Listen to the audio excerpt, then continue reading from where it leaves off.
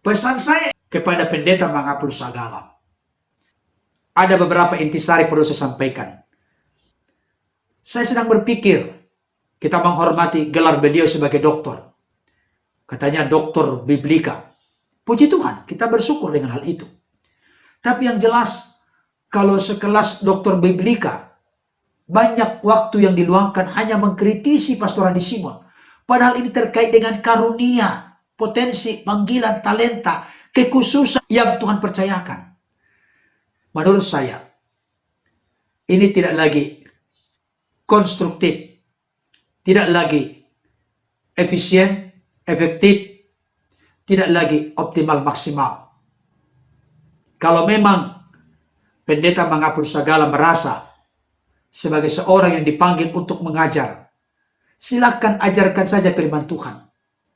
Silakan geluti dan hidupi di sana. Tetapi dengan catatan, jangan pernah memaksakan kehendak.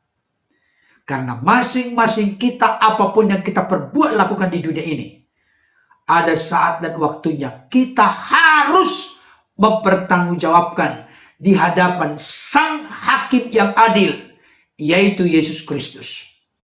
Kalau memang hambanya pendeta Mangapul Sagala merasa ajaranmu paling benar, ya sudah, sampaikanlah kebenaran itu. Tapi jangan memaksakan kehendak.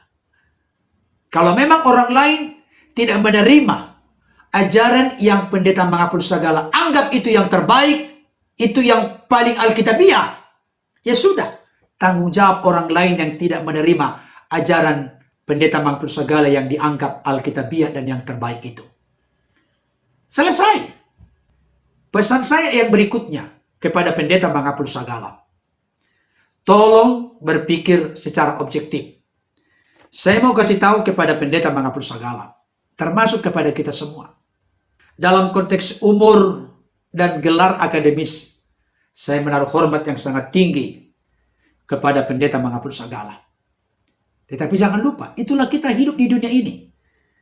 Seringkali kita ini lupa, orang lain punya kelebihan dibanding dengan kita.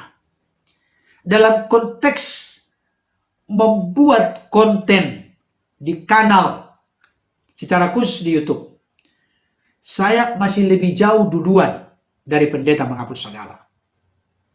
Saya mulai ber-YouTube dari 2013. Kalau saya lihat kanal YouTube dari pendeta Mangapul Sagala, kalau tidak salah 2020 kali ya. Baru sekitar 2 tahun. Jadi masih sangat pemula, sangat baru dalam konteks per-YouTubean ini. Yang ingin saya sampaikan adalah, tolong kita berpikir objektif. Kalau pendeta Mangapul Sagala mengkritisi orang lain, boleh, leluasa, kapan saja, di mana saja, dalam situasi kondisi apa saja. Tidak ada yang melarang. Tetapi jangan lupa, dalam konteks yang sama, saya, pendeta Berton Nababan, ketika mengkritisi pernyataan pendeta Mangapul Sagala, tolong dong objektif. Jangan dituduh hal yang macam-macam. Jangan dituduh merusak pelayanannya di YouTube. Pertanyaan saya yang sama. Ketika pendeta Mangapul Sagala membuat ulasan-ulasan yang begitu tekun, begitu setia, antusias, bersemangat, yang begitu masif membahas tentang Pastor Andi Simon, apakah itu tidak merusak pelayanan Pastor Andi Simon? Coba kita jujur. Ketika saya dan istri saya membuat konten terkait mengcounter pernyataan dari pendeta Mangapul Sagala terkait dengan hal tertentu, kenapa harus disebut merusak? Tidak boleh dong. Tidak bisa. Terus terang tidak pernah keluar dari mulut saya mengatakan pendeta Mangapul Sagala merusak pelayanan saya di YouTube. Tidak. Silakan saja. Yang penting kita punya etika, sopan santun dalam berbicara.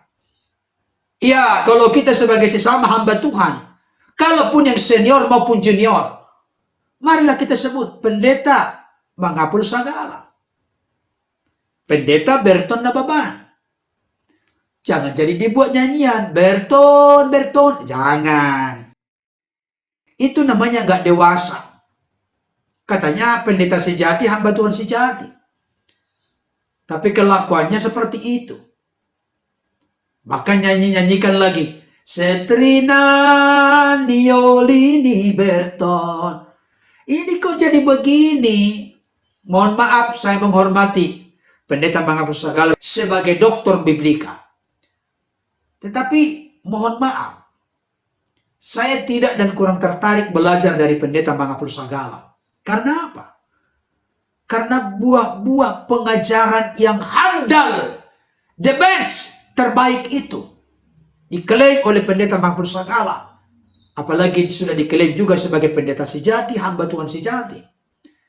Saya tidak melihat itu sesuai dengan cara berbicara. Padahal saya tahu Yesus menegur ahli Taurat orang-orang Farisi. Dengarkan ajaran mereka, jangan ikuti kelakuan mereka. Kelakuan ahli Taurat orang Farisi yang sudah ahli dalam Taurat ditegur oleh Yesus. Bisa saja pengajarannya benar, tapi ketika kelakuannya tidak baik, itu menjadi penghalang bagi kita untuk mengikuti ajarannya. Sekarang ini banyak yang mengajarkan kebenaran. Ya lebih bagus kepada orang lain yang mengajarkan kebenaran tetapi dia menghidupi kebenaran dan hidup dalam pengurapan Roh Kudus. Catatan saya terkait dengan Bapak Samuel 1977. Iya, benar. Jangan sampai kita menyebar konten yang berbau hasutan. Kenapa? Karena setiap orang yang mengumbar hasutan itu sudah pasti anak-anak iblis atau si jahat. Dalam salah satu ungkapan bahagia yang diucapkan oleh Yesus, berbahagialah orang yang membawa damai, karena mereka disebut anak-anak Allah. Tapi kalau kita balik versi pendeta Berton, termasuk versi Bapak Samuel 1977, bersedih dan berdukalah orang yang membawa perselisihan, pertengkaran, permusuhan, hasutan, sebab mereka akan disebut anak-anak iblis. Saya tidak mau menjadi anak-anak iblis. Saya mau menjadi anak-anak Allah. Karena itu saya mau membawa damai, menghadirkan damai melalui perkataan saya, perilaku saya, perbuatan saya.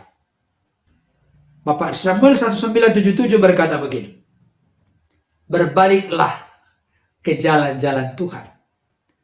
Bertobatlah selagi masih ada waktu. Saya pikir pesan nasihat ini penting dan perlu direnungkan oleh pendeta Mangapul Sagala, termasuk oleh saya, termasuk oleh Samuel 1977 dan kita semua. Karena kita sadar kita punya kekurangan, kelemahan. Marilah kita bermetanoia, berbalik dari dosa, kembali serahkan hidup total kepada Tuhan. Bertobat sebelum terlambat.